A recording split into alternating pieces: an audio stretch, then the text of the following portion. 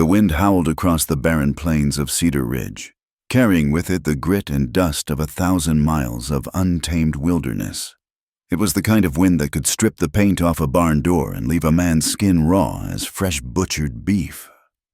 The year was 1882, and the small frontier town sat like a stubborn weed in the middle of nowhere, refusing to be blown away by either nature or circumstance. Main Street stretched no more than a quarter mile, lined with weathered buildings that leaned against each other like drunken cowboys after a Saturday night. The general store, the saloon, the boarding house, and Doc Harmon's office made up most of the commerce, while a handful of houses scattered beyond marked where the more permanent residents had staked their claims on civilization. At the far edge of town, where the road dissolved into prairie grass and tumbleweeds, stood a modest wooden house that seemed to turn its back on the rest of Cedar Ridge. Unlike the other homes with their welcoming porches and windows thrown open to catch whatever breeze might offer relief, this house stood closed and silent. Every shutter was drawn tight, every door locked fast. The picket fence that once might have been white was now the color of old bones, and the gate hung permanently shut with a heavy chain wrapped around its posts. This was the home of Eleanor Hartley, though folks in town had long since stopped calling her by name. To them, she was simply the widow, spoken in hushed tones with a mixture of pity and superstition. Some said she hadn't left that house more than a dozen times in the 2 years since Tom Hartley had been gunned down out by Miller's Creek. Others swore they'd seen her shadow moving behind the curtains at all hours, pacing like a caged animal. That woman's touched in the head, Martha Brennan declared to anyone who'd listen at the general store. Locking herself away like that ain't natural. Mark my words, grief's done poisoned her mind. Old Samuel, who ran the feed store, would shake his grizzled head whenever her name came up. "Leave her be," he'd mutter. "Woman's got her reasons. You wasn't there when they brought Tom's body back, shot full of holes like a pepper tin. Sight like that'd drive anyone to bolt their doors." The truth was, nobody really knew what had happened out at Miller's Creek that day. Tom Hartley had been found face down in the dirt, his horse nowhere to be seen, and his money pouch still heavy with coins. It wasn't robbery that killed him. That much was certain. Some whispered about old feuds, others about mistaken identity. But Eleanor had never spoken a word about it to anyone. The afternoon sun beat down mercilessly on Cedar Ridge, baking the dirt streets until they cracked like old leather. Dogs sought shade under porches, and even the flies seemed too tired to buzz with their usual enthusiasm. It was into this torpor that a lone rider appeared on the horizon, his silhouette wavering in the heat like a desert mirage. Jake McKenna had been riding for 3 days straight, and it showed. Dust clung to every inch of his worn leather chaps and faded blue shirt. His face, weathered by 30-odd years under the western sun, bore the kind of lines that came from squinting into too many sunrises and surviving too many sunsets. His hat, once black, had faded to the color of charcoal, and the silver conchos on his gun belt had long since lost their shine. He guided his bay mare down Main Street with the easy grace of a man who'd spent more nights under stars than roofs. His gray eyes, sharp as a hawk's despite the weariness that pulled at his shoulders, took in every detail of the town. The placement of the buildings, the alleys between them, the number of horses tied at the saloon, all of it filed away in his mind with the practiced efficiency of someone who'd learned that survival often depended on knowing your surroundings better than your own name. The mare's hooves kicked up small clouds of dust as Jake reined her in at the water trough outside the saloon. He dismounted with a barely suppressed groan, his body protesting the long hours in the saddle as his horse drank deeply. Jake stretched his back and surveyed the town more closely. New in town, stranger? Jake turned to find a thin man in a shopkeeper's apron watching him from the doorway of the general store. The man's face bore the pinched look of someone who'd made a career out of minding other people's business. "Passing through," Jake replied, his voice rough from trail dust and disuse. "Looking for work if there's any to be had." The shopkeeper's eyes narrowed slightly, taking in Jake's well-worn Colt .45 and the Winchester rifle still in its saddle scabbard. Depends on what kind of work you're after. We're a peaceful town here. Don't need no trouble. Jake's lips quirked in what might have been a smile. Just looking for honest wages, friend, ranch work, mostly. Maybe some carpentry if it's needed. Well then, the shopkeeper relaxed marginally. You'll want to talk to Big Jim at the saloon. He knows all the ranchers hereabouts. Mike could set you up with something. Jake touched the brim of his hat in thanks and led his horse to the hitching post. Inside the saloon, the air was thick with tobacco smoke and the yeasty smell of warm beer. A few cowboys nursed drinks at the bar, while a poker game occupied a corner table. Behind the bar, a mountain of a man with arms like tree trunks and a magnificent handlebar mustache was wiping down glasses.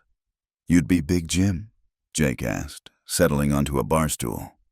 "That I am," the bartender replied, his voice a rumble like distant thunder. "What'll it be?" "Beer, if it's cold, and information, if you're selling." Big Jim drew a glass and slid it across the scarred wooden bar. "Information's free if you're buying drinks. What you need to know?" "Looking for work. The fellow at the general store said you might know who's hiring." Big Jim studied Jake with the calculating gaze of someone who'd sized up 1,000 men across his bar. "Might be. Peterson's ranch is always looking for hands, though the pay ain't much. Cooper might need help with the fall roundup." He paused, then added, "Course, there's always work at the saloon if you're handy with repairs. This old place is falling apart faster than I can fix it." As Jake sipped his beer, grateful for its coolness despite its questionable quality, one of the cowboys from the corner table approached the bar. He was young, probably not yet 20, with the kind of reckless gleam in his eye that spoke of too much confidence and too little sense. "Hey there, stranger," the young cowboy said, his words slightly slurred. "You look like you've ridden some hard trails." Jake didn't turn, just continued nursing his beer. "Some. Bet you got some stories. Where you coming from?" "South," Jake replied simply.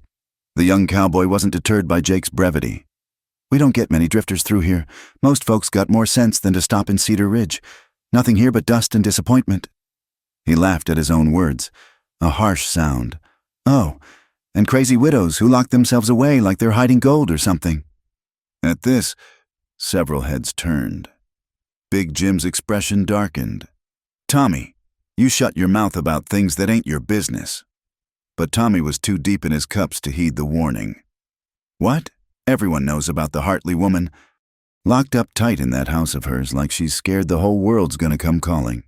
Course, maybe she's got reason to be scared. Maybe she knows something about who killed her husband that she ain't telling." The saloon had grown quiet. Jake noticed the tension ratcheting up like a wound spring. He'd seen this play out too many times before. Young men with whiskey courage saying things better left unsaid. "That's enough, Tommy," Big Jim said, his tone carrying the weight of authority. "You've had your fill. Time to head home." Tommy opened his mouth to protest, but something in Big Jim's expression made him think better of it. He tossed a coin on the bar and stumbled toward the door, shooting Jake a look that was half challenge, half dismissal. When he was gone, the saloon gradually returned to its normal hum of conversation. Jake finished his beer in silence, but his mind was working. A widow who locked her doors, a husband killed under mysterious circumstances, a town full of whispers and speculation. It was the kind of situation he'd learned to steer clear of, yet something about it nagged at him. As the sun began its descent toward the horizon, painting the sky in shades of amber and rose, Jake stepped out of the saloon. The air had cooled slightly, though heat still radiated from the packed earth of the street. He'd secured a promise of work from Big Jim, some repairs around the saloon and stable in exchange for meals and a place to sleep in the loft. Leading his horse toward the stable, Jake found his path took him past the edge of town where the isolated house stood. In the dying light, he could see it more clearly. A simple 2-story structure with a peaked roof and narrow windows. It might have been charming once, with its gingerbread trim and front porch, but neglect had stolen whatever warmth it once possessed. As he watched, A faint light appeared in one of the upper windows. It flickered like a candle flame, moving from one window to the next as if someone were walking through the rooms. There was something haunting about that solitary light, something that spoke of loneliness so profound it seemed to seep from the very walls of the house. Jake shook his head and continued toward the stable. Whatever secrets that house held, whatever grief drove its occupant to lock out the world, it wasn't his concern. He'd learned the hard way that some doors were meant to stay closed, some sorrows too deep for strangers to heal. Yet, as he unsaddled his horse and rubbed her down with straw, Jake couldn't shake the image of that lonely light moving through the darkness. In his years of drifting, he'd seen all manner of human suffering, men driven mad by loss, women broken by the harshness of frontier life, children orphaned by violence or disease. But something about this widow's self-imposed imprisonment struck a chord he thought had long since gone silent. The stable was quiet save for the occasional stamp of hooves and soft whicker of horses settling for the night. Jake spread his bedroll in the loft, using his saddle for a pillow as he'd done countless times before. Through a gap in the wallboards, he could just make out the widow's house, now completely dark against the star-filled sky. Tomorrow he'd start work, earn his keep, and in a week or two, move on to the next town, the next job, the next stretch of empty trail. It was the life he'd chosen, or perhaps the life that had chosen him. Either way, it was what he knew. But, as sleep finally claimed him, Jake McKenna dreamed of locked doors and flickering lights, and somewhere in the darkness, the sound of a woman crying. The morning sun crept over a cedar ridge like a cautious visitor, painting the weathered buildings in shades of gold and amber. Jake McKenna had been up since before dawn, his body conditioned by years on the trail to wake with the first hint of light. He'd already mucked out 3 stalls and repaired a broken gate by the time Big Jim arrived to unlock the saloon. "You're an early riser," Big Jim observed, approval evident in his gravelly voice. "Most drifters I hire can barely drag themselves out of bed before noon." Jake shrugged, wiping sweat from his brow with a worn bandana. "Old habits. Coffee on yet?" "Just putting it on. Come on in when you're ready. Got some biscuits left from yesterday, too, if you ain't particular." The saloon in daylight was a different creature than its nighttime incarnation. Dust motes danced in the streams of sunshine filtering through grimy windows, and the smell of stale beer and tobacco was less oppressive. Jake settled at the bar with his coffee and biscuits, savoring the simple pleasure of a hot meal. Over the next few days, Jake fell into a routine. Mornings were spent on repairs, fixing loose floorboards, patching holes in the roof, reinforcing the rickety stairs that led to the rooms above the saloon. Afternoons found him helping with whatever odd jobs needed doing around town. Word had spread that the new drifter was handy with tools and reliable, and Jake found himself with more work than he'd expected. It was at the end of his first week that Jake had his first real interaction with the locals beyond simple business transactions. He was sitting on the porch of the boarding house, whittling a piece of pine into the rough shape of a horse, when Doc Harmon lowered himself onto the adjacent chair with a grateful sigh. "Getting too old for house calls," the doctor muttered, producing a flask from his vest pocket and taking a measured sip. He offered it to Jake, who declined with a shake of his head. "Suit yourself." Doc Harmon studied Jake with sharp blue eyes that belied his aged appearance. "You're doing good work around town. Folks appreciate it, even if they don't say so." "Just earning my keep," Jake replied, his knife making steady progress on the wooden figure. "Maybe so, but you've got skill. That new door you hung at the church is better work than we've seen in years." The doctor paused, then added, "You planning on staying long?" "Haven't decided yet." Doc Harmon nodded as if this answer didn't surprise him. "Well, if you do decide to light somewhere for a spell, Cedar Ridge ain't the worst place. Good people, mostly. Got our share of troubles like any town, but we look after our own." They sat in companionable silence for a while, watching the street. A few cowboys rode past, heading for the saloon. Martha Brennan emerged from the general store, her arms full of packages. And then, like a ghost materializing from thin air, Jake saw her. Eleanor Hartley moved down the boardwalk with quick, purposeful steps. She wore a dark gray dress that covered her from neck to ankle, and a black bonnet that obscured most of her face. But Jake caught a glimpse of pale skin and dark hair, and something in the way she held herself, back rigid, shoulders tense, spoke of someone constantly braced for catastrophe. "Well, I'll be," Doc Harmon murmured. "Haven't seen her out in near a month." Eleanor entered the general store, the bell above the door chiming her arrival. Through the window, Jake could see her moving quickly between the shelves, selecting items with an economy of motion that suggested she'd planned every purchase in advance. "The widow," Jake said. It wasn't a question. Eleanor Hartley, "Yes, terrible thing. What happened to Tom? He was a good man. Came out here from Ohio to start fresh. Brought his young bride with him. They were happy. Anyone could see that. Building a life together." The doctor's face darkened. Then came that business at Miller's Creek. What exactly happened? Doc Harmon was quiet for a long moment.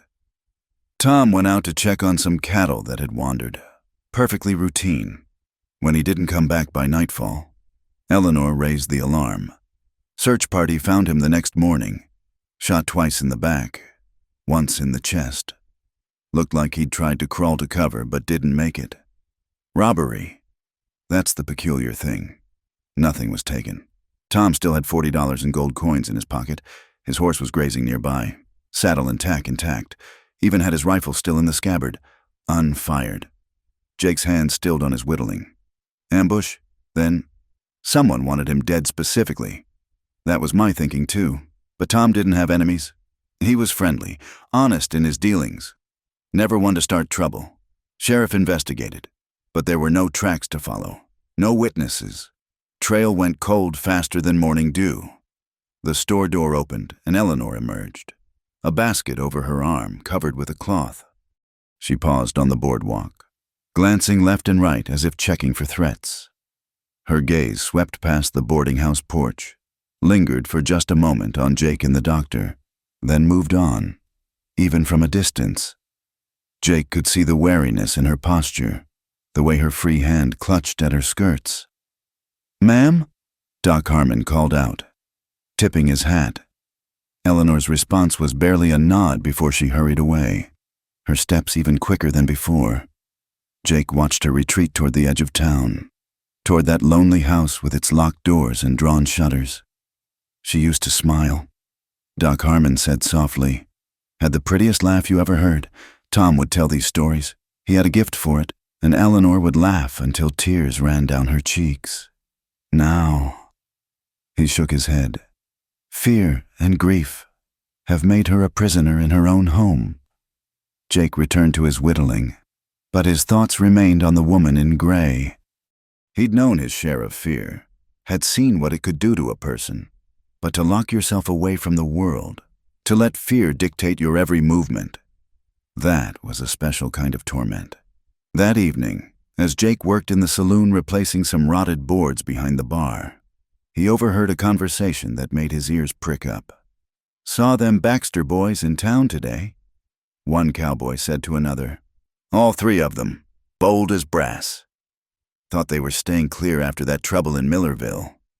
His companion replied, "Well, they're back now. Saw them coming out of Murphy's place, looking mighty pleased with themselves." Big Jim, who'd been listening while he polished glasses, spoke up. "The Baxters are nothing but trouble. Sheriff ought to run them out of town before they cause problems." "What kind of problems?" Jake asked. Not looking up from his work, Big Jim's expression darkened. "Those boys have a reputation. Cattle stealing, claim jumping, intimidation. Nothing ever proven, mind you, but trouble has a way of following them like a bad smell. They were around when Tom Hartley was killed. Matter of fact, this caught Jake's attention. Were they suspects? Sheriff questioned them, but they claimed they were playing cards in the saloon all day. Had witnesses too, though I wouldn't trust any of them further than I could throw them."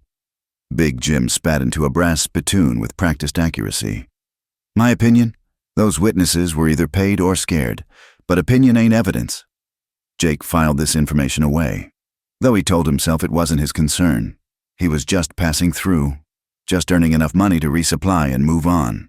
The widow's troubles, the Baxter boys, the mysteries of Cedar Ridge, none of it was his business.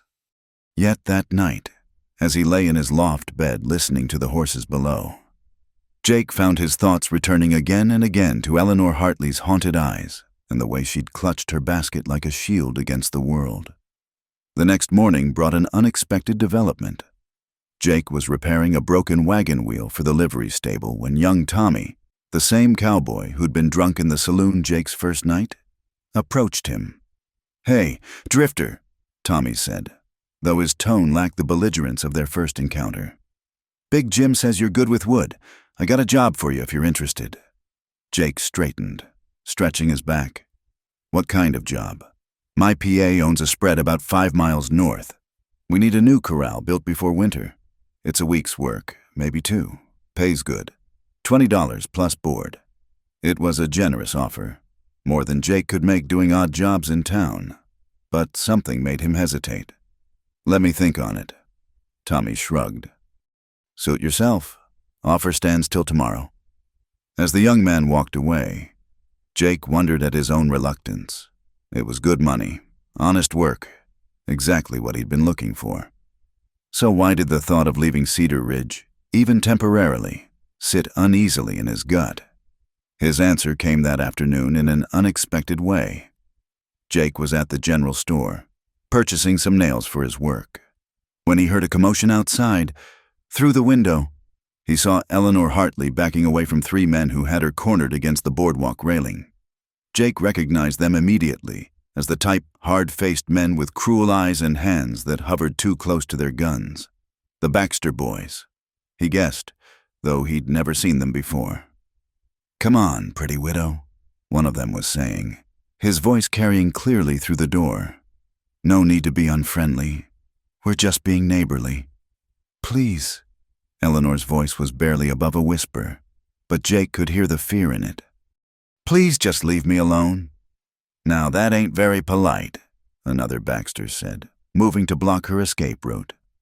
"Here we are, trying to have a civilized conversation, and you're acting like we got the plague or something." Jake was moving before he'd made a conscious decision. Pushing through the door with deliberate calm, he positioned himself between Eleanor and the men. His stance relaxed but ready. "Afternoon, gentlemen," he said pleasantly. "Mrs. Hartley, Doc Harmon was looking for you, said it was urgent." Eleanor's eyes widened, but she was quick enough to play along. "Oh, yes, thank you. I should go." "Now, hold on," the largest of the Baxter boys said, his hand dropping to his gun. "We ain't done talking to the lady." Jake's smile didn't reach his eyes. "Sure you are. Lady needs to see the doctor. You wouldn't want to interfere with that, would you?" The tension stretched taut as a violin string. Jake kept his hands visible but ready, his weight balanced on the balls of his feet. He'd faced down men like these before, knew that showing fear was like blood in the water to sharks. "Finally," the Baxter boy laughed, though there was no humor in it. "Ain't you the helpful one? New in town? Ain't you Cowboy? Just passing through? Then maybe you should keep passing. Be healthier for you." Jake's smile widened slightly. "I'll keep that in mind." The Baxter boys exchanged glances, some silent communication passing between them. Then, with deliberate slowness, they moved aside. "We'll be seeing you around. Mrs. Hartley," one of them said, tipping his hat mockingly. "You too, Drifter." They sauntered off, making sure to shoulder past Jake as they went. He stood still as a statue until they'd turned the corner, then looked at Eleanor. She was trembling, her face pale as parchment. "Thank you," she whispered. Thank you." "You should get home," Jake said gently. "I'll walk with you. Make sure they don't circle back." Eleanor nodded mutely. They walked in silence, Jake maintaining a respectful distance but staying alert for any sign of the Baxters. When they reached her gate, Eleanor paused. "They've been coming around more often?" she said suddenly. "Ever since," she trailed off, shaking her head. "I'm sorry." You don't need to hear this. Those men are dangerous, Jake said. You should tell the sheriff. A bitter laugh escaped her. The sheriff? He couldn't prove anything when my husband was murdered. What's he going to do about some men being neighborly? She fumbled with the gate's heavy chain, her hands shaking. Jake reached out to help, careful not to touch her. The lock clicked open, and Eleanor slipped through the gap quickly. Thank you again, she said through the bars. But please, don't get involved. It's not safe. Before Jake could respond, she was hurrying up the path to her house. He heard the heavy thud of the door closing, the scrape of multiple locks being turned. In the fading afternoon light, the house looked more like a fortress than ever. As Jake walked back to town, he found his decision made. He wouldn't be taking Tommy's offer to work at his father's ranch. Something was brewing in Cedar Ridge, something dark and dangerous. The sensible thing would be to saddle up and ride out before it exploded. But Jake McKenna had never been accused of being sensible. That night in the saloon, word had already spread about the confrontation. Big Jim poured Jake a beer without being asked. Heard you had a run-in with the Baxters, he said quietly. Jake took a long drink before answering. They were bothering Mrs. Hartley. Figured as much. Those boys have been sniffing around her place for months now. Tom Hartley owned his land outright, no loans or liens. When he died, it all went to Eleanor. Prime grazing land with good water access. Worth a fortune to the right buyer. The pieces were falling into place in Jake's mind. And if something happened to her, no relatives anyone knows of, land would go up for auction, bet you can guess who'd be first in line to bid. Jake's jaw tightened. It was an old story, one he'd seen play out too many times. Greed, violence, and the law either too weak or too corrupt to stop it. And caught in the middle, a grieving woman whose only crime was owning something valuable. Widow locked the door, someone at a nearby table was saying. But locks ain't gonna keep the Baxters out if they decide they want in. No, Jake said quietly, more to himself than anyone else. They won't. The oil lamp cast dancing shadows on the walls of Eleanor Hartley's parlor as she sat in a rocking chair. Tom's portrait watching her from the mantel. 2 years. 2 years since that morning when he'd kissed her goodbye, promising to be back by supper. She could still smell his shaving soap, still feel the scratch of his stubble against her cheek as he'd whispered, "Keep the stew warm for me, Ellie."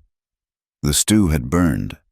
She'd been so focused on watching the road, waiting for his familiar figure to appear, that she'd let the pot boil dry.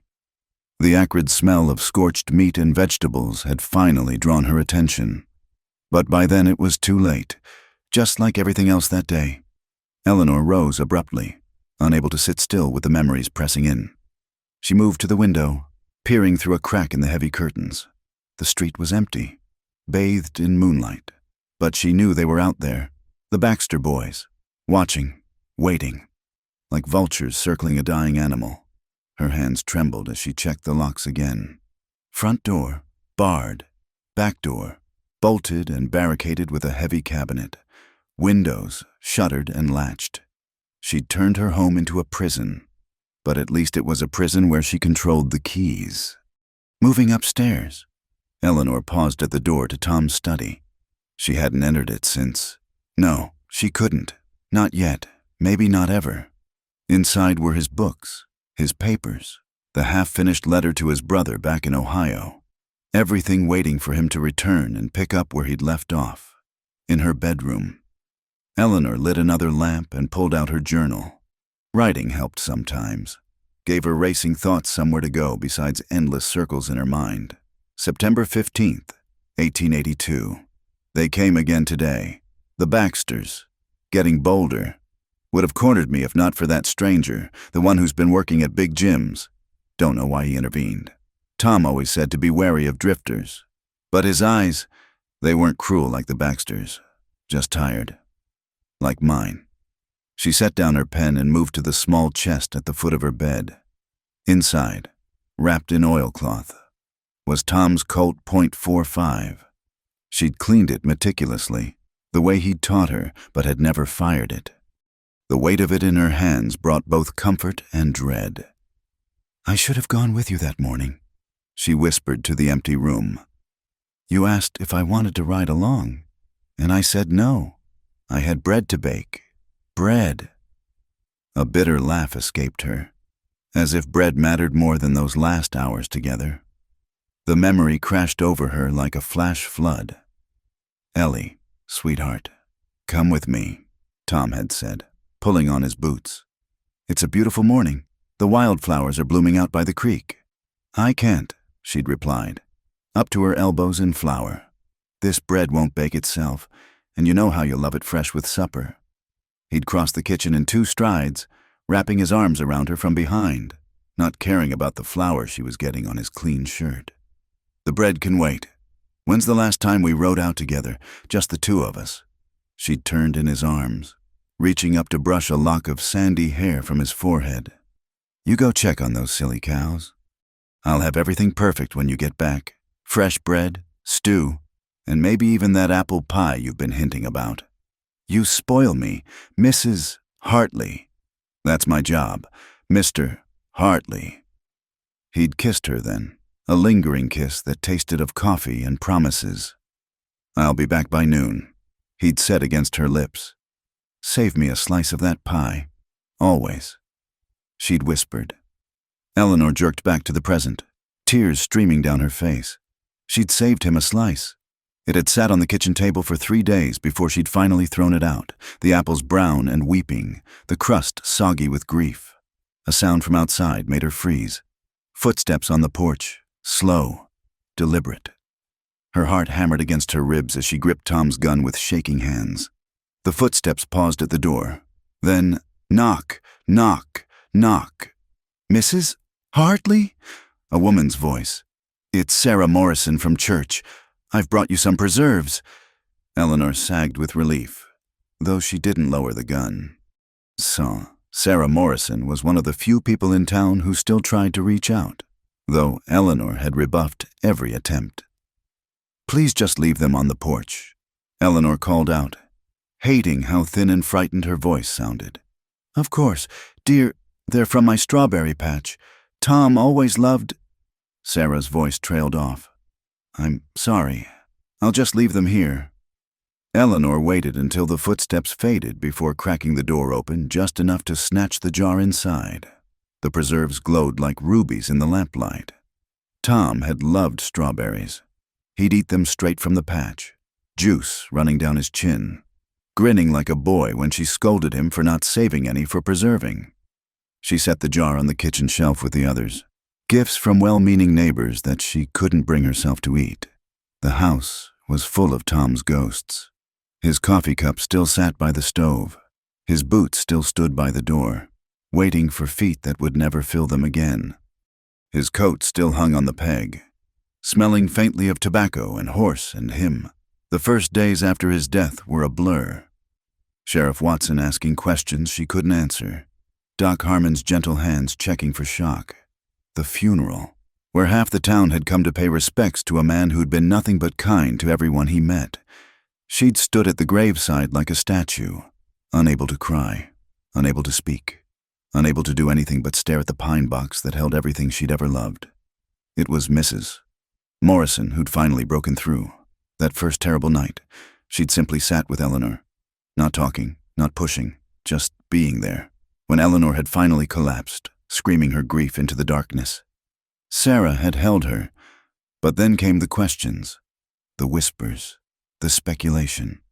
Why had Tom been out there alone? Had he been meeting someone? Was there trouble in the marriage? Maybe Eleanor knew more than she was saying. Maybe she'd wanted him gone. After all, she'd inherit everything. The whispers had driven her inside, and the Baxters' increasing attention had locked the door behind her. She'd tried, those first few months, tried to maintain the house, tend the garden, go to town for supplies. But every trip out was an ordeal of staring eyes and wagging tongues. And then the Baxters had started their campaign. First it was offers to buy the land. "A widow can't manage a spread like this alone," they'd said. "We'll give you a fair price, enough to start over somewhere else." When she'd refused, the offers had turned to pressure. Dead chickens left on her porch, fences cut in the night, strange men lurking at the edges of her property, and always, the Baxter boys with their cold smiles and wandering hands whenever she ventured into town. Eleanor returned to her rocking chair, Tom's gun heavy in her lap. Outside, a coyote howled, answered by another somewhere in the darkness. The sound made her shiver. She and Tom had listened to the coyotes their first night in this house, lying in bed with the windows open to the prairie breeze. "Listen to them sing," Tom had said, pulling her closer. "They're welcoming us home." "Home?" she'd repeated, the word tasting sweet on her tongue. "I like the sound of that. You're my home, Ellie. Wherever you are, that's where I belong." Now the house felt more like a tomb than a home. Every room held memories that cut like glass. The kitchen where they danced to imaginary music while waiting for bread to rise. The parlor where Tom would read to her in the evenings, doing silly voices for all the characters until she giggled helplessly. The bedroom where they'd planned their future, whispering dreams into the darkness. "I'm trying, Tom," she said to his portrait.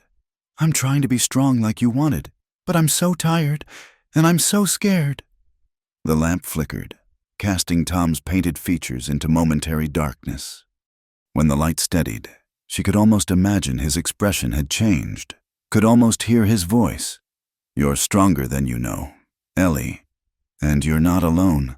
But she was alone, utterly, completely alone in a house full of shadows and memories, with wolves circling outside and no one to turn to for help. The stranger, Jake, she'd heard someone call him, had helped her today, but he was just passing through. Men like him didn't stay. They couldn't afford to care. Eleanor rose and began her nightly ritual. Check the windows, test the doors, bank the fires, blow out all lamps but one. She couldn't bear total darkness anymore. Then upstairs to bed, Tom's gun on the nightstand, every creak of the house making her heart race. As she lay in the bed that felt too big, too cold, too empty, Eleanor closed her eyes and tried to remember what it felt like to feel safe, to laugh, to hope. But all she could see was Tom's face that last morning, haloed in sunrise, promising to be home by noon. The moon traced its path across the sky, and Eleanor Hartley did not sleep. She lay awake, counting heartbeats and listening for footsteps, a prisoner in her own home. Somewhere in the darkness, a door creaked, but all the doors were locked. She gripped the gun tighter and waited for dawn. Jake McKenna stood at the edge of Eleanor Hartley's property line, watching the sun paint the prairie gold. He'd been drawn here at dawn, unable to shake the image of her frightened face from the day before. The house stood silent and shuttered, giving no sign of life within, but he knew she was there, locked away with her grief and fear. He'd made his decision during the sleepless night. Turning away, he headed back to town with purposeful strides. At the sheriff's office, he found Watson hunched over paperwork, looking like a man who'd given up trying. "Sheriff," Jake said, not bothering with pleasantries, "we need to talk about the Baxters." Watson's weathered face creased with resignation. "Nothing to talk about, unless you got evidence of a crime. My hands are tied. They're harassing Mrs. Hartley. Being unpleasant ain't illegal. McKenna, you been in town. What, 2 weeks? You don't understand how things work here." Jake leaned on the desk, his voice dropping low. "I understand plenty. I understand those men probably killed Tom Hartley, and now they're circling his widow like wolves. I understand you're either too scared or too bought to do anything about it." Watson's face flushed red, but Jake saw shame in his eyes alongside the anger. "You watch your tongue, drifter. You don't know what you're talking about." "Then educate me." The sheriff was quiet for a long moment, then sighed heavily. "You want to know the truth? Fine. Yes, I think the Baxters killed Tom, but thinking and proving are two different things. They had alibis. Witnesses placed them in town all day. Witnesses can be bought. Or threatened. You think I don't know that?" Watson slammed his hand on the desk. "I've been sheriff here 15 years. I've kept the peace. protected this town. But the Baxters, they're connected. They've got money, guns, and men willing to use them. If I move against them without ironclad proof, people will die. Good people." Jake studied the older man, seeing not cowardice, but the weight of impossible choices. "So Eleanor Hartley pays the price for your peace. Would you rather I start a war that gets half the town killed?" Watson asked bitterly. "I do what I can. I patrol near her place when possible. I've warned the Baxters to stay away. But unless she leaves or they make a real move, you wait," Jake finished. "While she lives in terror. You got a better idea. Cowboy, you planning to take on the Baxter gang single-handed? That's a good way to end up like Tom Hartley." Jake straightened. "Maybe. Or maybe someone needs to remind them that not everyone in this town is afraid." He left without waiting for a response, his mind already working on possibilities. At the general store, he purchased supplies, ammunition, oil for his guns, dried beef and hardtack. Martha Brennan watched him with curious eyes. "Planning a trip, Mr. McKenna?" "Just preparing," he replied, adding a coil of rope to his purchases. "Preparing for what, if you don't mind my asking?" Jake met her gaze steadily. "Whatever comes next." The gossip would be all over town within an hour, which suited him fine. Let the Baxters hear that the drifter was arming himself. Let them wonder what he was planning. His next stop was the church, where Reverend Douglas was tending the small cemetery beside the building. Jake found him at a well-maintained grave marked Thomas Hartley, 1850 to 1880, beloved husband. "Reverend," Jake said, removing his hat. The minister looked up, his kind face creased with perpetual concern. "Mr. McKenna, come to pay respects. In a way, tell me about Tom Hartley." Reverend Douglas straightened, brushing dirt from his knees. He was one of the finest men I've known. Came here with nothing but hope and determination, built that house with his own hands. Every board a promise to Eleanor that he'd give her a good life, and their marriage. Strong as oak, they were partners in the truest sense. Tom consulted Eleanor on everything, valued her opinion. Not all men do that, but Tom, he looked at her like she hung the moon. The Reverend's voice grew heavy with sorrow. When he died, something in Eleanor died too. She hasn't set foot in this church since the funeral. She blames God. She blames herself. Thinks if she'd gone with him that morning, things might have been different. Guilt and grief make powerful chains. Mr. McKenna. Jake looked at the headstone, thinking of his own ghosts. Yes, they do.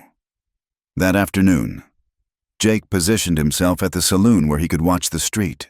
Sure enough, around 3 o'clock, the Baxter brothers rode in, Ned, the eldest and meanest, Carl, who fancied himself a gunslinger, and Wade, the youngest but perhaps the most dangerous for his unpredictability. They hitched their horses and swaggered into Murphy's Dry Goods, emerging later with new bandanas and enough ammunition to outfit a small army. Jake noted everything, their weapons, their habits, the way they moved. Ned favored his right side, probably an old injury. Carl wore his gun too low for a fast draw, more show than skill. Wade was the one to watch, twitchy and eager to prove himself. As they passed the saloon, Ned noticed Jake watching and veered toward the entrance. His brothers followed, hands hovering near their guns. Well, well, Ned drawled as they entered. The hero drifter. Heard you've been sticking your nose where it don't belong. Jake didn't look up from his beer. Just having a drink, friend? We ain't friends. Ned leaned on the bar beside him, close enough that Jake could smell the tobacco and sweat. See, friends don't interfere with other friends' business. And Mrs. Hartley, well, that's our business. Funny, Jake said mildly. I thought a widow trying to live in peace was her own business. Carl laughed, an ugly sound. Peace? Is that what she wants? Seems to me a woman all alone might want some company. We're just being neighborly. Real neighborly, Wade added with a leer that made Jake's hand itch for his gun. But Jake kept his voice calm. The lady's made her wishes clear. A gentleman would respect that. Gentlemen? Ned's face darkened. You calling us ungentlemanly?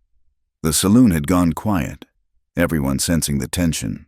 Big Jim had his hand below the bar, likely on a shotgun. Jake finally looked up, meeting Ned's eyes directly.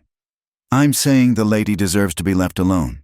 I'm saying decent folk ought to respect a widow's grief. I'm saying if someone can't understand those simple concepts, then maybe they need educating. The challenge hung in the air like gun smoke. Jake saw Ned's hand twitch toward his gun, saw Carl shift his weight, saw Wade's eager grin. For a heartbeat, violence trembled on the edge of erupting. Then Ned smiled, slow and cold. Education, huh? Well, maybe you're right. Drifter, maybe we all got some learning to do. He straightened, motioning to his brothers. Come on, boys, let's leave Mr. McKenna to his drinking. For now. They left with deliberate slowness, making sure everyone saw they weren't being run off. When the doors swung shut behind them, conversation gradually resumed. Though subdued, you just painted a target on your back, Big Jim said quietly. The Baxters don't forget insults. Good, Jake replied. Let them focus on me for a while. He finished his beer and headed outside, aware of eyes following him. The sun was beginning its descent, painting long shadows across the dusty street. Jake walked with measured steps toward Eleanor's house, knowing the Baxters were likely watching. At her gate, he called out, Mrs. Hartley, it's Jake McKenna. I have something for you from Doc Harmon. He waited, patient as stone. After several minutes, he heard footsteps approach the door. What is it? Her voice was muffled, fearful. Medicine. Jake lied smoothly. He said you'd been feeling poorly. Asked me to deliver it since I was passing by. The door cracked open, just enough for him to see one dark eye peering out. I didn't ask for any medicine. No, ma'am, but folks are worried about you. Doc especially. He held up a small bottle he'd purchased at the general store. Harmless tonic. But she couldn't know that. Won't you at least take it? Ease his mind? The door opened a bit wider. Eleanor's hand emerged, pale and trembling. As she took the bottle, Jake said quietly, They were in town today. The Baxters, making threats. Her hand jerked back as if burned. You shouldn't be here. They'll see. They'll think. Let them think what they want. I meant what I said yesterday. You don't have to face this alone. Yes, I do. Her voice was fierce with desperation. You don't understand. Everyone who tries to help me gets hurt. Tom tried to protect me, and he died. I won't have another death on my conscience. Mrs. Hartley, Eleanor, you're not responsible for what happened to your husband. You don't know that. The words burst out of her like water through a dam. You don't know what I said, what I did. If I'd gone with him that morning, if I'd been there, then you'd likely be dead too, Jake said gently, and the Baxters would have your land without any inconvenience. Is that what Tom would have wanted? Silence stretched between them. Then, so quietly he almost missed it. Tom would have wanted me to be happy, to live, but I don't know how to do either anymore. Start small, Jake suggested. Open a window, sit on your porch in the evening, let people help you. You're not as alone as you think. The Baxters are cowards who prey on fear. Stand up to them, and they might think twice. Easy for you to say, you're a man, you have a gun, you can leave whenever you want. Bitterness crept into her voice. I'm trapped here with nothing but memories and locked doors. Jake was quiet for a moment, choosing his words carefully. You're right, I can leave, but I'm not going to. Not until this is resolved. Why? The question held genuine bewilderment. You don't know me. You have no stake in this. Jake thought of another woman, another time, another failure that haunted his dreams. Maybe I'm tired of seeing good people suffer while bad men prosper. Maybe I think your husband deserves justice. Or maybe I just don't like bullies. Does the reason matter? Through the crack in the door, he saw Eleanor's face fully for the first time since that day on the street, even drawn with grief and fear. She was beautiful in the way of prairie wildflowers, delicate but resilient, bending without breaking. Her dark eyes searched his face, looking for deception, for hidden motives. "Finally," she said, "I can't unlock this door. Not yet, maybe not ever, but thank you for caring." "That's enough for now," Jake said. "But Eleanor, load that gun you're hiding behind your back, and if the Baxters come calling when I'm not around, don't hesitate to use it." Her eyes widened. "How did you—" "The way you're standing. Your husband taught you well. Remember what he showed you, and don't let fear make you hesitate. They're counting on you being too scared or too ladylike to defend yourself. Prove them wrong." He touched the brim of his hat and turned to go. Behind him, he heard the door close, the locks turn, but as he walked away, Jake thought he also heard something else, the scrape of a window being raised, just an inch, letting in the evening air. It was a small victory. But in wars like these, small victories added up. The Baxters wanted Eleanor broken, terrified, ready to flee.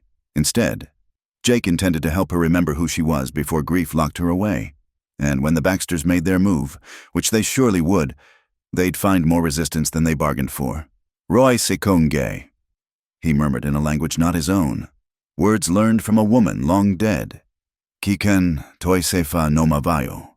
There would come a day when he'd need to break down more than just doors. But for now, he'd chip the first crack in the wall Eleanor had built around herself. It was enough to start. The drought came like a thief in the night, stealing moisture from the earth until the prairie cracked like old leather.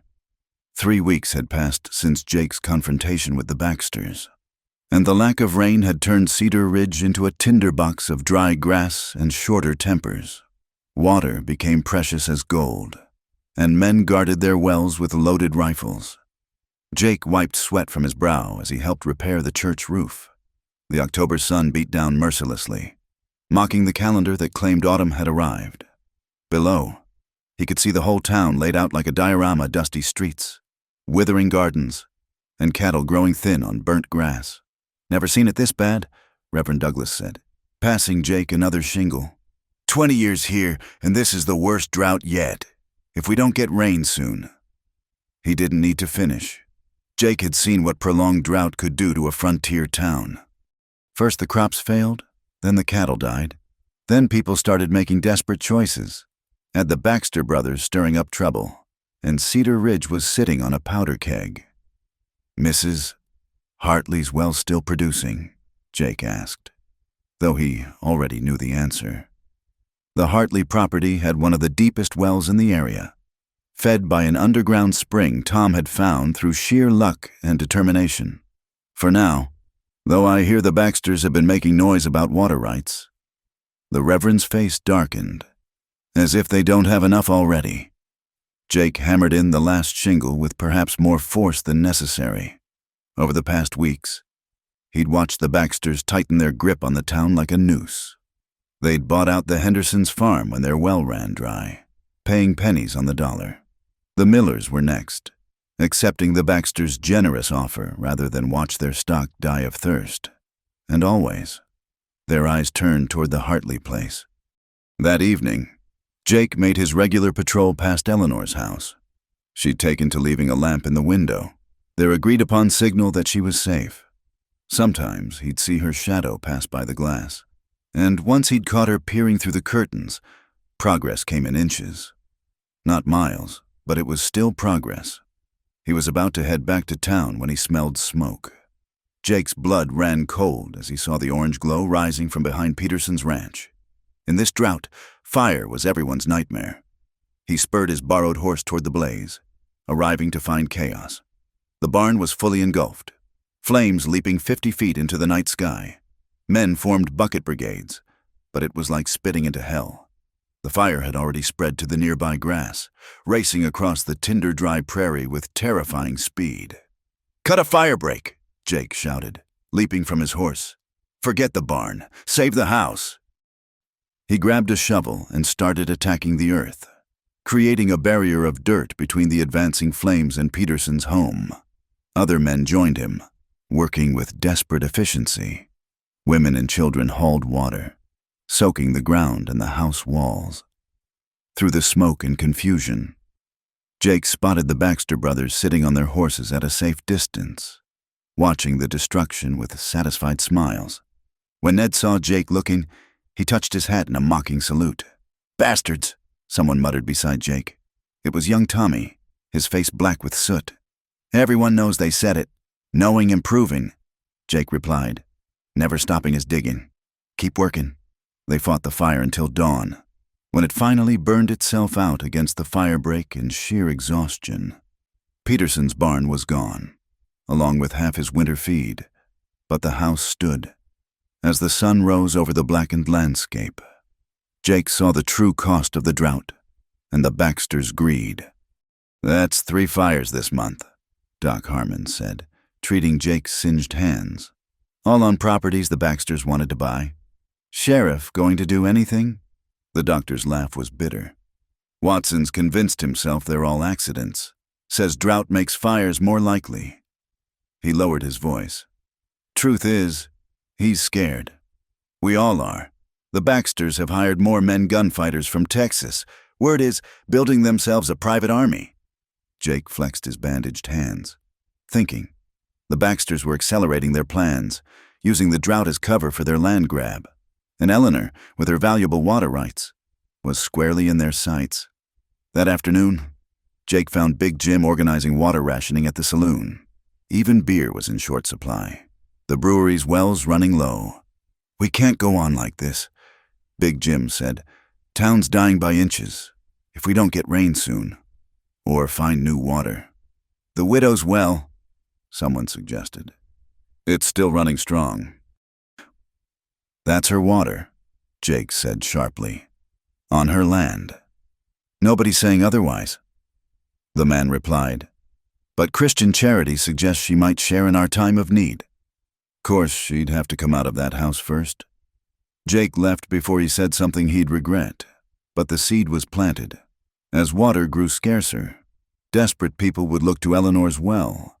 The Baxters would make sure of it, turning the town against her if they couldn't force her out directly. That evening, Jake approached Eleanor's house with a heavy heart. The lamp was in the window, but something felt different. Wrong. The front door stood slightly ajar. Jake drew his gun and approached carefully. "Eleanor?" No answer. He pushed the door open, finding the front room in disarray. Furniture overturned, papers scattered, signs of a struggle. His heart pounded as he searched the house, finding it empty. Then he heard it, sobbing from the root cellar. He found Eleanor huddled in the corner, Tom's gun clutched in her shaking hands. Her dress was torn, her hair wild, but she appeared unharmed. "Eleanor," he said gently, holstering his weapon. "It's Jake. You're safe." She looked up at him with haunted eyes. "They came. Wade Baxter. Said he was thirsty. Wanted water. I told him to use the outside pump, but he pushed his way in. Said it was time I learned to be more neighborly." Jake's jaw clenched. "Did he?" I pointed Tom's gun at him. Her voice held a mixture of fear and fierce pride. "Told him I'd shoot if he came closer. He laughed, said I didn't have the courage, so I shot the whiskey bottle in his hand. Glass everywhere. He ran out cursing. Said his brothers would be back to teach me manners." Despite everything, Jake felt a surge of admiration. "You did well. Tom would be proud. I was so scared," Eleanor admitted, "but also angry. How dare he come into my home? How dare any of them?"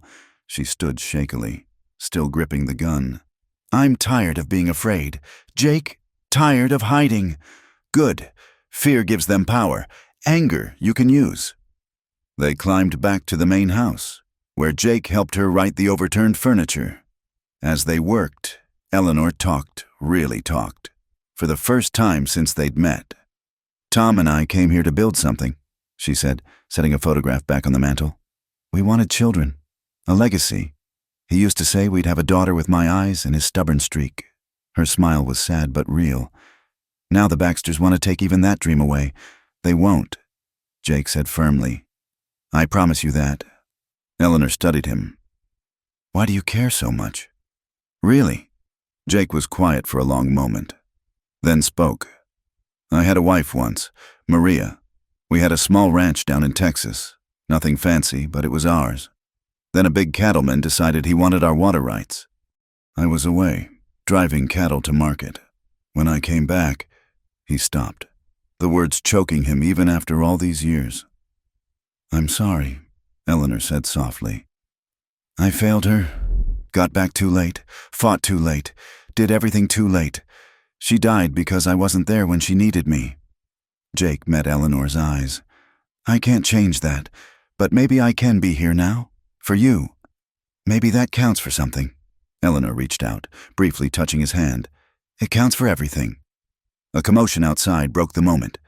Through the window, they could see riders approaching, townspeople, led by Sheriff Watson. Mrs. Hartley. The sheriff called. We need to talk about your well. Eleanor straightened, squaring her shoulders. Then talk. The town's dying of thirst. Folks are desperate. The mayor's calling a meeting to discuss water sharing. You need to be there. A meeting where? Jake asked. Suspicious. Town hall. 1 hour. Watson's expression was unhappy but determined. This is official business. If Mrs. Hartley doesn't attend, the town council will make decisions without her input. After the sheriff left, Eleanor turned to Jake. It's a trap. The Baxters will have everyone stirred up against me. Probably, but hiding won't help anymore. Time to remind this town who you are, Tom Hartley's widow, not some ghost they can ignore or push around. Eleanor nodded slowly. You're right. I've hidden long enough. She looked down at her torn dress. I need to change. And Jake, thank you for being here, for understanding. Always, he said simply. As Eleanor went upstairs, Jake checked his weapons and prepared for what was coming. The drought had brought Cedar Ridge to a breaking point. The Baxters would use the water crisis to turn the town against Eleanor, isolating her, making her vulnerable. But they'd miscalculated. Eleanor Hartley was finding her courage again, and Jake McKenna stood beside her. The Baxters wanted a fight? They'd get one. Outside, the sun set through a haze of dust and smoke from distant fires. No clouds marked the sky, no hint of coming rain. The drought would continue, tightening its grip on the land and its people. But in the Hartley house, 2 people prepared to face whatever came next. Eleanor came down the stairs in a clean dress, her hair pinned up, Tom's gun tucked in her pocket. She looked like what she was, a woman who'd found her steel. Ready? Jake asked. Eleanor took a deep breath, then nodded. Ready. Let's go remind them that Tom Hartley's widow doesn't break easily. They walked out together into the gathering dusk, toward a confrontation that would determine not just Eleanor's fate, but the soul of Cedar Ridge itself. The drought had revealed the town's true nature. Would it be ruled by fear and greed, or would it find the courage to stand against those who would exploit its desperation? The answer waited in the town hall, where the Baxter brothers were undoubtedly preparing their next move in a game that had turned deadly. But Eleanor Hartley was done being a pawn. Tonight, she'd remind them all that even a widow could be a queen on the chessboard. And queens, as Tom had taught her, were the most dangerous pieces of all. The town hall was packed to bursting, every seat filled and men standing along the walls. The air hung thick with tobacco smoke and barely contained desperation. At the front, Mayor Clarence Whitmore nervously adjusted his spectacles while the town council sat like judges at a trial. The Baxter brothers had positioned themselves strategically, Ned near the door, Carl by the window, and Wade lounging against the side wall, all 3 wearing satisfied smirks. Eleanor entered with Jake beside her, and the room fell silent. Every eye tracked their movement as they made their way to the front.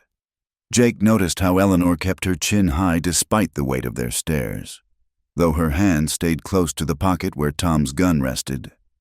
Mrs. Hartley, Mayor Whitmore began, his voice cracking slightly. Thank you for coming. As you know, our situation has become dire. I'm aware, Eleanor replied, her voice carrying surprising strength. The drought affects us all, some more than others. Ned Baxter called out. "While folks are watching their cattle die, you're sitting on the best water in the county." Murmurs of agreement rippled through the crowd. Jake saw how skillfully the trap had been laid. Turn the town's desperation against Eleanor. Make her the enemy instead of the Baxters. "Order." The mayor banged his gavel. "We're here to discuss solutions, not cast blame. The solution's simple." Carl Baxter said, "Mrs. Hartley shares her water with the town. It's what any Christian woman would do." "And if I refuse?" Eleanor asked. The question hung in the air like a challenge. Jake saw several townspeople shift uncomfortably. They knew Eleanor had the legal right to her water, but desperation was eroding principles like wind on sandstone. "Then maybe the town needs to reconsider whether we want such selfish neighbors," Wade suggested, his tone deceptively casual. "Accidents happen in droughts. Fires spread fast. Be a shame if something happened to that nice house of yours." Jake stepped forward. "That sounds like a threat." Wade's grin widened. "Just observing how dangerous these dry conditions are. Why, look what happened to Peterson's place." "Enough." Eleanor's voice cut through the growing tension. She stood, facing the crowd. "You want to know why I locked my doors? This is why. Because when my husband was murdered, this town whispered behind my back instead of seeking justice. Because men like the Baxters think a widow alone is easy prey. Because even now, you're letting them turn you against me instead of asking why they want my land so badly." "Nobody's turning anybody against anyone," Ned said smoothly. "We're just trying to help the town survive. If that means buying land from folks who can't manage it alone, at prices that would make thieves blush." Jake interrupted. "How much did you pay the Hendersons? 20 cents on the dollar?" "They were grateful for any offer." Carl shot back.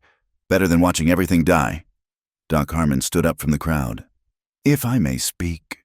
At the mayor's nod, he continued, "I've lived here 23 years, seen droughts before, though none this bad, but I've never seen neighbors turn on each other like this. Tom Hartley helped dig half the wells in this town, never asking for payment, just neighborly kindness. His widow deserves better than threats and coercion." "Pretty words don't water cattle," someone called out. "Neither do burned barns." Jake responded, "Ask yourself why the only fires have been on properties the Baxters wanted. Ask yourself who benefits from this town tearing itself apart." Sheriff Watson finally spoke up. "That's enough speculation. McKenna, we deal in facts here." "Here's a fact," Eleanor said.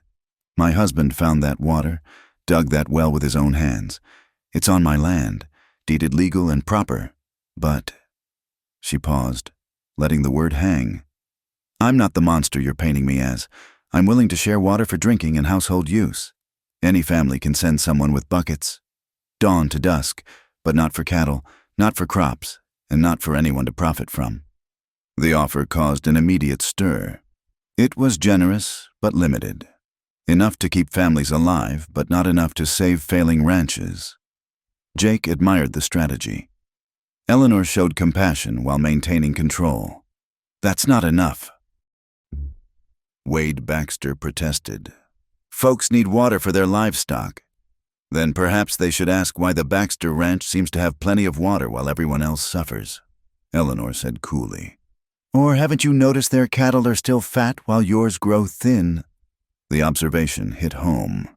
Jake saw ranchers exchanging glances, wheels turning. The Baxters did seem remarkably unaffected by the drought. Ned's face darkened. "You calling us thieves? I'm observing facts. As the sheriff likes them, draw your own conclusions."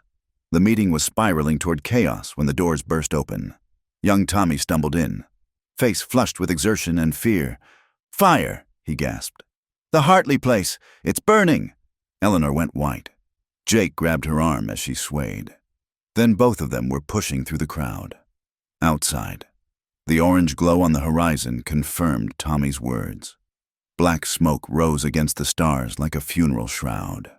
"No," Eleanor whispered. "No, not my home." Not Tom's home. Jake whistled for his horse, helping Eleanor mount behind him.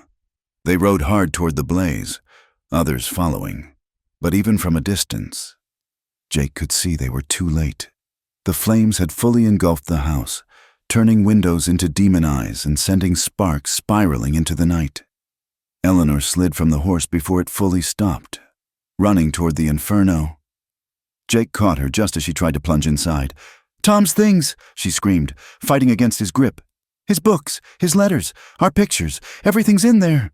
"It's gone," Jake said, holding her tight as she struggled. "Eleanor, it's gone. I'm sorry." She collapsed against him, sobbing as her home, her prison, her sanctuary, her last connection to Tom burned to ashes.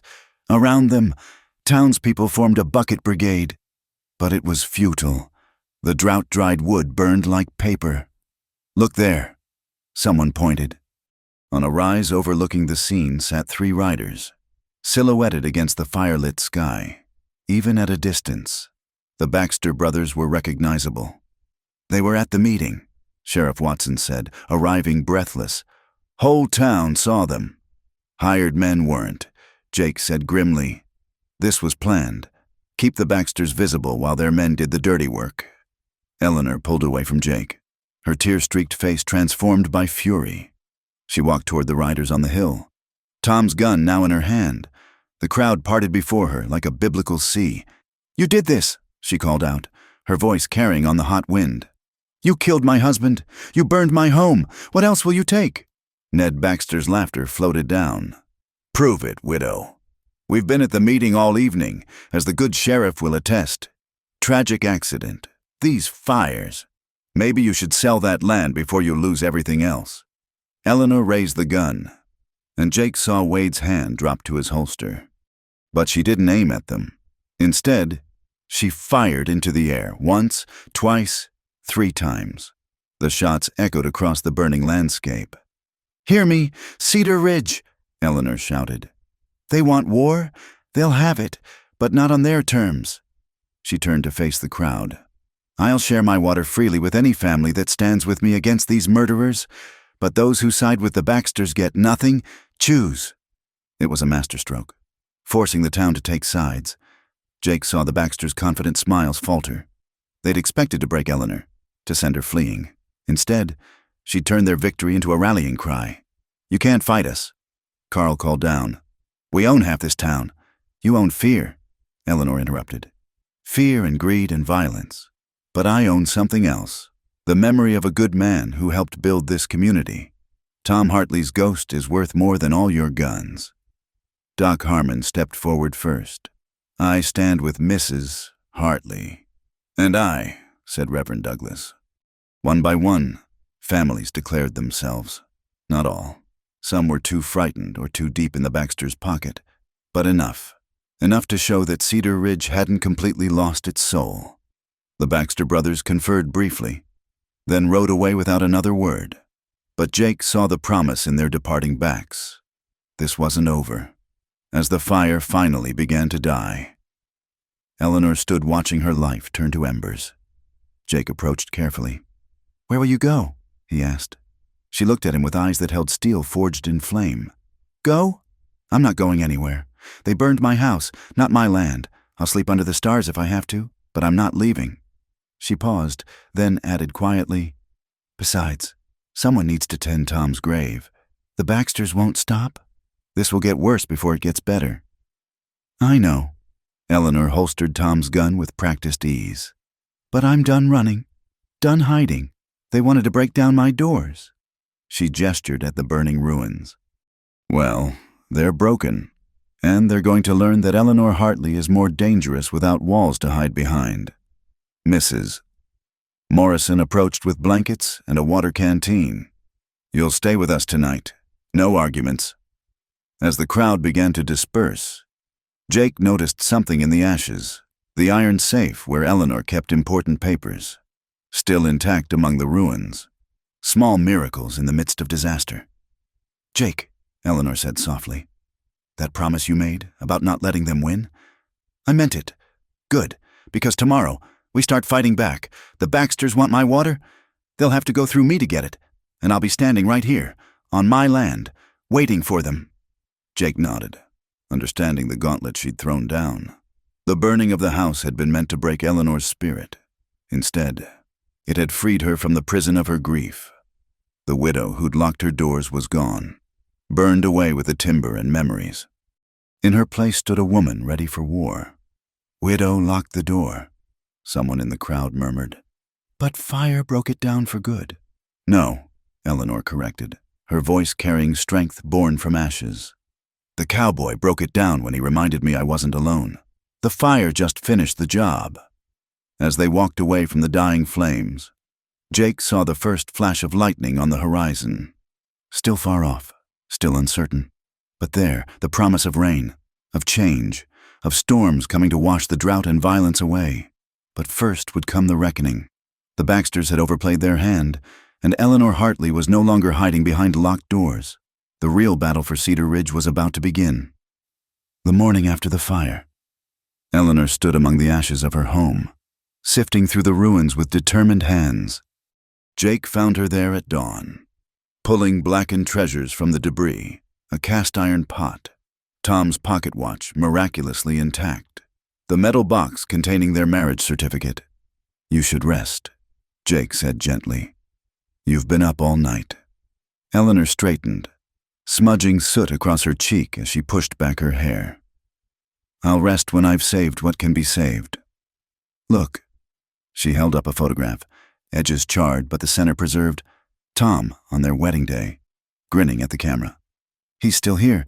They couldn't burn him away. Around them, the landscape told the story of the night's violence. The barn still stood, untouched. The Baxters had targeted the house specifically, wanting to destroy Eleanor's sanctuary, but they'd miscalculated. Instead of a broken woman, they'd created a symbol of resistance. "Mrs. Hartley." Doc Harmon approached on horseback, followed by several wagons. "We've brought supplies, canvas for temporary shelter, food, tools." Behind him came the Morrisons, the Reverend, and a dozen other families who'd declared for Eleanor the night before. Even young Tommy was there, looking sheepish but determined. "I was wrong about you," Tommy said, not quite meeting Eleanor's eyes. "My PA sent me to help. However you need." Eleanor's smile transformed her soot-stained face. "Thank you, all of you. But I won't lie. Helping me puts you in danger. The Baxters have pushed this town around long enough." "Mrs." Morrison interrupted. "We should have stood up to them after Tom died. Well, we're standing now." Jake watched Eleanor's walls crumble further, not from fire, but from the unexpected warmth of community. For 2 years, she'd isolated herself, and the town had let her. Now, crisis had brought them together. By noon, a tent city had sprouted where the house once stood. Men dug trenches for defense while women organized supplies. Children hauled water from Eleanor's well, the very water that had sparked this conflict. And through it all, Eleanor worked alongside them, her grief transforming into purpose. "They'll come tonight," Jake told Eleanor privately as the sun reached its zenith. "The Baxters won't let this stand. You've turned the town against them." "Not the whole town." Eleanor nodded toward the road, where riders had been passing all morning, checking on the progress. "They still have supporters, men who owe them money or fear their guns. Are you ready for what's coming?" Eleanor checked Tom's gun, now worn openly on her hip. "I've been ready since the night Tom died. I just didn't know it." She met Jake's eyes. "But I need to know something. When the shooting starts, and it will... Can I count on you? You shouldn't have to ask. But I am asking. This isn't your fight. Jake, you could ride out now, and no one would blame you." Jake thought of Maria, of arriving too late, of years spent drifting because staying hurt too much. "Maybe it wasn't my fight, but it is now. I'm not riding anywhere." Their conversation was interrupted by a commotion near the well. Sheriff Watson had arrived with a document, looking like a man forced to swallow bitter medicine. "Mrs. Hartley," he said formally, "I have here an emergency water rights claim filed by the Baxter Land Company. They're asserting that in times of drought, private water sources can be commandeered for the public good." "Let me see that." Doc Harmon snatched the paper, scanning it quickly. "This is nonsense. No legal standing whatsoever. Maybe not, Watson admitted. But Judge Thornton signed it. You'll have to appear in court to contest it. And until then, Judge Thornton, who owes the Baxters $500 in poker debts? Eleanor's voice was ice. How convenient. I'm just serving papers. Ma'am, you have 3 days to comply or what? Jake stepped forward. The Baxters will burn something else, kill someone else. When does it end? Sheriff? Watson's face flushed. I'm doing my job within the law. Your job is to protect this town. Eleanor's composure finally cracked. Where were you when my husband was murdered? Where were you when my home burned? Hiding behind your badge while evil men destroy lives. The sheriff flinched as if slapped. Around them, the crowd had grown silent, watching. This was the moment, Jake realized, when the town would either find its courage or surrender completely. Watson stood frozen for a long moment, then slowly unpinned his badge. You're right, I've been a coward. Hiding behind procedure while the Baxters ran wild. Tom Hartley deserved better. You deserve better. He set the badge on a makeshift table. I'm done being their puppet. Sheriff, someone started. Ex-sheriff, Watson corrected. The town can elect someone with more backbone. As for this, he tore the water rights claim in half. The Baxters can take it up with Mrs. Hartley directly. The gesture sparked something in the crowd. Jake saw spines straighten, chins lift. If Watson could find his courage, perhaps they could too. As the sun began its descent, scouts reported movement. The Baxters were coming, and they weren't alone. Jake counted at least 15 riders approaching from the east, guns visible, intentions clear. Everyone to positions, Jake commanded, naturally taking charge. Women and children to the barn. It's built solid. Men with guns. Spread out behind cover. This is about to get ugly. Eleanor started toward the defensive line, but Jake caught her arm. If you tell me to hide in the barn, I'll shoot you myself, she said firmly. This is my land, my fight. I stand with those defending it. Jake saw the futility of arguing. Then stay close. And Eleanor, when the shooting starts, don't hesitate. They won't. The Baxter contingent stopped just outside rifle range. Ned rode forward alone, confidence radiating from every line of his body. Quite the gathering. Mrs. Hartley, he called out. Playing soldier, are we? State your business. Baxter, Eleanor shouted back. You're on my land. About that, seems there's some confusion about water rights. We're here to clarify things, peacefully, if possible. Like you peacefully burned my home. Ned's smile was visible even at a distance. Terrible accident. That fire. These things happen in droughts. Speaking of which, that's a lot of people you're watering. Sure your well can handle it? Be a shame if something happened to contaminate it. The threat was clear. Jake felt the tension ratchet higher, fingers tightening on triggers. One wrong move would unleash hell. Here's my clarification. Eleanor called back. My water, my land, my rules, and you're not welcome. Leave now, while you still can. Bold words from a woman hiding behind hired guns. Not hired. Doc Harmon stood up from cover. Neighbors, friends, people who remember what Tom Hartley did for this town. That's right, Reverend Douglas added. And we remember who probably killed him too. More voices rose from the defensive positions. Townspeople declaring their loyalty, their defiance. The Baxters had expected to face a few guns. Instead, they faced a community. Ned's confident smile finally faltered. He'd built his power on fear and isolation, picking off victims one by one. But Eleanor had done something he hadn't expected. She'd united the town against him. This isn't over, he snarled. You think you've won something here? We own the judge, the bank, half the businesses. We'll bleed you dry. Legally and proper. And when you're begging for mercy, remember, you brought this on yourself. He wheeled his horse around, and his men followed. But Jake noticed something. 3 riders peeled off from the group, circling wide. He touched Eleanor's shoulder, pointing, They're not giving up that easily. As full dark fell, The camp settled into watchful waiting. Jake organized patrols, set up alarm systems with tin cans and wire.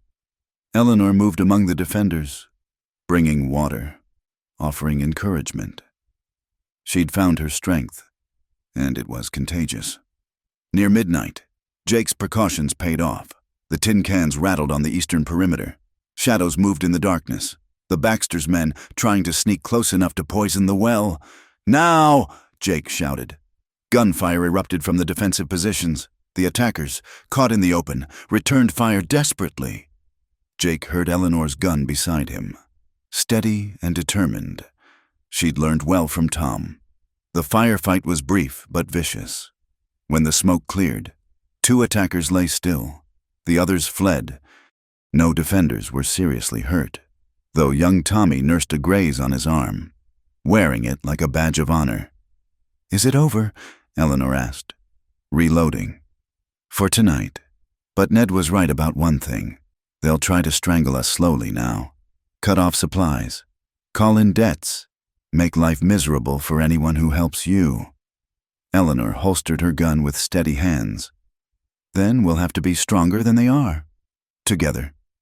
As dawn broke over Cedar Ridge, it illuminated a changed landscape.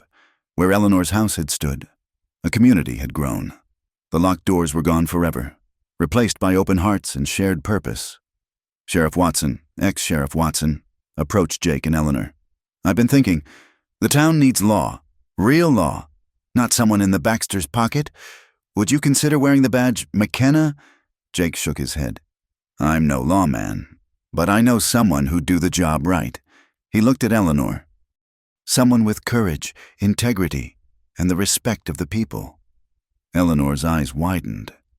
"You can't be serious." "Why not? You've proven you'll fight for justice. You know the law. Tom taught you well. And after last night, who'd dare cause trouble with you wearing the star?" The idea rippled through the gathered crowd. A woman sheriff was almost unheard of. But then, Eleanor Hartley had already broken so many conventions. "I'll think about it," Eleanor said finally. "But first, we have a community to protect and rebuild. The Baxters aren't finished with us." As the camp stirred to life, Jake saw the first clouds on the horizon in weeks. Change was coming, in weather and in Cedar Ridge itself. The drought would break eventually. But first, the town would weather the storm of the Baxters' revenge. Eleanor stood tall among her people, no longer the grieving widow behind locked doors, but a leader forged in fire and loss. Beside her, Jake watched the horizon for trouble, knowing it would come but no longer fearing it. "Tom would be proud," Eleanor said softly, touching the photograph she'd saved from the ashes. "He already was," Jake replied. "He married a fighter. You just needed reminding."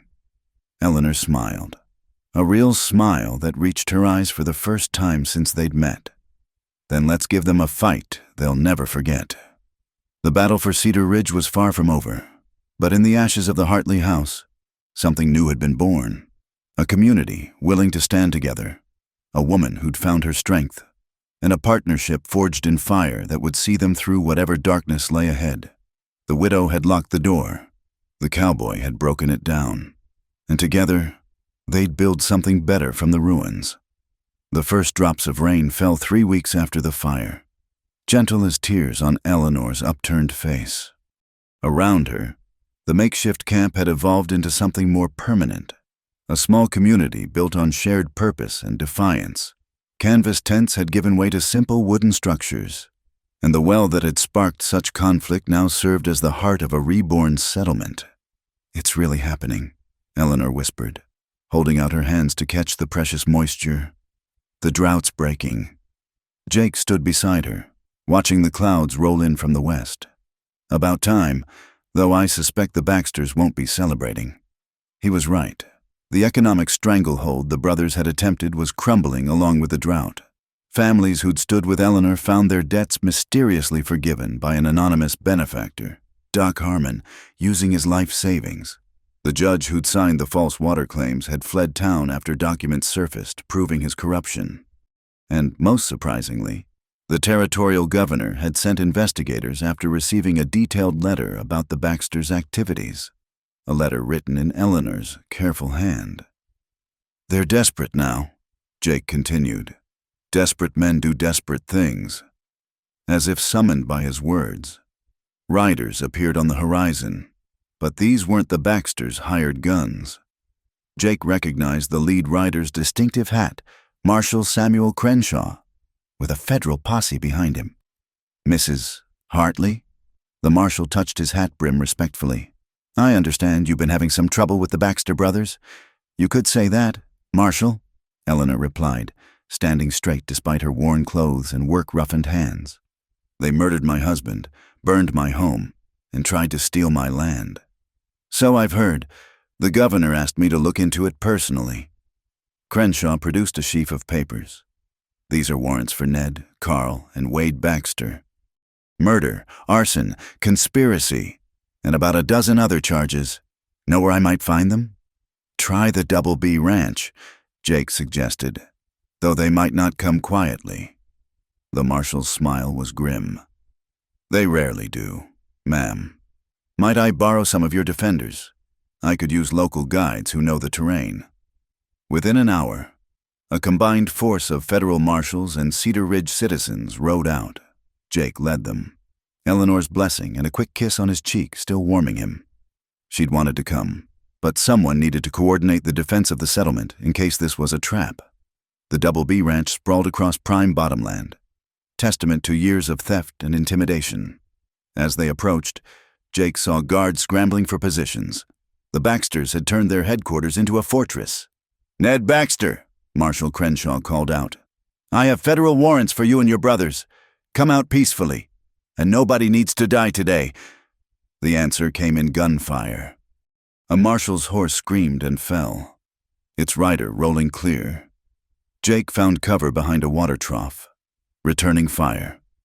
The battle was joined. It raged for 2 hours, gunsmoke and chaos. Jake saw Wade Baxter try to flee out the back, only to run into young Tommy and his father, who'd circled around. The youngest Baxter brother fell, clutching his shoulder, fight gone from his eyes. Carl went down next, trying to rush the marshal's position in a display of foolish bravado. That left Ned holed up in the house with his remaining men, trading shots with increasingly poor odds. "It's over, Baxter," Crenshaw shouted during a lull. "Your brothers are down. Your men are surrendering. Don't make this worse. You think you've won?" Ned's voice was raw with rage. "You think taking me changes anything? There'll always be men like us, taking what we want, crushing the weak. That widow might have gotten lucky, but she's still just a woman alone. When I'm gone, another will come, and another. That's the way of the world." "No," Jake called back. "That's your way. But this town chose a different path. They chose to stand together, to protect each other. Your way dies today." A flurry of shots erupted from the house, then silence.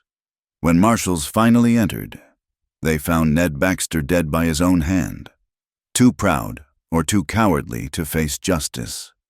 The ride back to the settlement was subdued despite their victory. Jake knew Ned's final words held truth. There would always be predators. But Eleanor had proven something important. Communities could choose to resist, to protect their own, to build something better than fear. He found Eleanor at the well, distributing water to a steady stream of townspeople. The rain had started in earnest now, but people still came, not from necessity but from respect, acknowledging her generosity during the crisis. "It's done," Jake said simply. "The Baxters won't trouble anyone again." Eleanor closed her eyes briefly, then nodded. "Tom can rest easier now." She looked at Jake with eyes that held sorrow and hope in equal measure. "What happens next?" "That's up to you. The town council met while we were gone. They want to officially offer you the sheriff's position, first female sheriff in the territory, if you accept." "And if I do, will you stay? Cedar Ridge could use a good deputy." Jake considered. He'd been drifting for years, running from the ghost of his failure. But here, he'd found something worth protecting, someone worth staying for. "I'm not much for badges," he said slowly. "But I'm good at fixing things, building things. Maybe it's time I stopped running and helped build something lasting." Eleanor's smile outshone the rain. Tom always said the land needed people willing to put down roots, to grow something worthwhile despite the droughts and storms. Over the following weeks, Cedar Ridge transformed. The rain revived the land, turning brown grass green and filling empty creek beds. Eleanor's settlement grew into a proper addition to the town. With real buildings replacing tents, she accepted the sheriff's position, bringing a firm but fair hand to law enforcement. The star on her chest might have raised eyebrows elsewhere, but in Cedar Ridge, it simply confirmed what everyone already knew. Eleanor Hartley protected her own. Jake declined the deputy position but became the town's unofficial guardian, teaching younger men to shoot, organizing defenses, and slowly courting the sheriff with a patience that made the town women smile knowingly. He built a small house near Eleanor's land, close enough to respond to trouble but respectful of the independence she'd fought so hard to maintain. One evening, as autumn painted the prairie gold, Jake found Eleanor at Tom's grave. She visited less frequently now, grief softening from a sharp blade to a gentle ache. "I told him about us," she said softly as Jake approached. "I think he'd approve. He always said I was too strong to live alone forever." Jake wrapped an arm around her shoulders, feeling her lean into him. "He loved you enough to want you happy. That's the mark of a good man." "You're a good man too, Jake McKenna, the best." She turned to face him fully. "I need to tell you something. These past months, you helped me remember who I was before grief locked me away. You broke down those doors when I was too scared to open them myself. And now, Jake prompted gently, "now I'm ready to build new doors, ones that open freely, that welcome instead of barricade. I'm asking if you'd like to walk through them with me, really with me, not just as the sheriff and the helpful drifter, but as more." Jake answered by kissing her, there in the gentle rain with Tom's spirit bearing witness. It tasted of endings and beginnings, of sorrow transformed to joy, of two broken people choosing to heal together. When they finally parted, Eleanor was crying and smiling simultaneously. Tom used to say the land would teach us what we needed to know: patience during droughts, gratitude for rain, strength through storms. "I think I finally understand." They walked back toward town hand in hand, past the bustling main street where people no longer whispered about the widow but spoke with respect about their sheriff, past the new well houses being dug with cooperation instead of competition, past the school where children learned that courage came in many forms and heroes didn't always wear spurs. "You know what the best part is?" Eleanor said as they reached her new home, modest but welcoming, with windows open to the evening breeze. "I'm not afraid anymore, not of the Baxters or men like them, not of being alone, not of loving again. Those locked doors are gone forever." Jake squeezed her hand. "And if new troubles come, then we'll face them together. This town proved that standing united is stronger than hiding alone. Besides," she patted the star on her chest with a grin, "I'm the law now. Let them try to intimidate Sheriff Hartley." That night, as rain drummed gently on the roof, Eleanor Hartley sat at her desk writing in her journal. The drought has broken, in more ways than one. The Baxters are gone, but their defeat means less than what we discovered in fighting them. That community is stronger than fear. That love can bloom again even in hearts scorched by loss. Jake says I saved this town, but the truth is, it saved me, forced me from my prison, reminded me that Tom wouldn't want me to die with him. I'll always carry the sorrow, but now I carry hope too. Tomorrow, Jake and I will start planning our wedding. The widow who locked the door is gone. In her place stands a woman who knows that sometimes the things we fear to lose are exactly what we need to risk. Tom, wherever you are, thank you for teaching me to be strong. And Jake, thank you for showing me that strength includes knowing when to let others in. The door stands open now, and I'm finally home. Outside, thunder rumbled across the prairie. Not threatening, but promising. The drought had ended. The Baxters were finished, and in Cedar Ridge, two wounded souls had found healing in each other's arms. The widow had indeed locked the door, but love, courage, and a determined cowboy had broken it down. And from the splinters of old fears, they'd built something new and wonderful, a future neither had dared dream was possible. In the morning, there would be challenges. There always were in the West. But tonight, Eleanor Hartley and Jake McKenna sat on their porch, watching the rain wash the world clean, hands intertwined, hearts finally at peace. The door would never be locked again. Thank you so much for listening to this Wild West love story.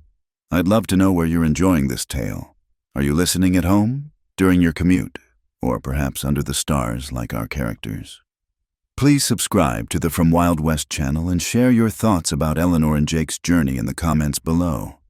Your feedback helps us create more stories that touch your heart.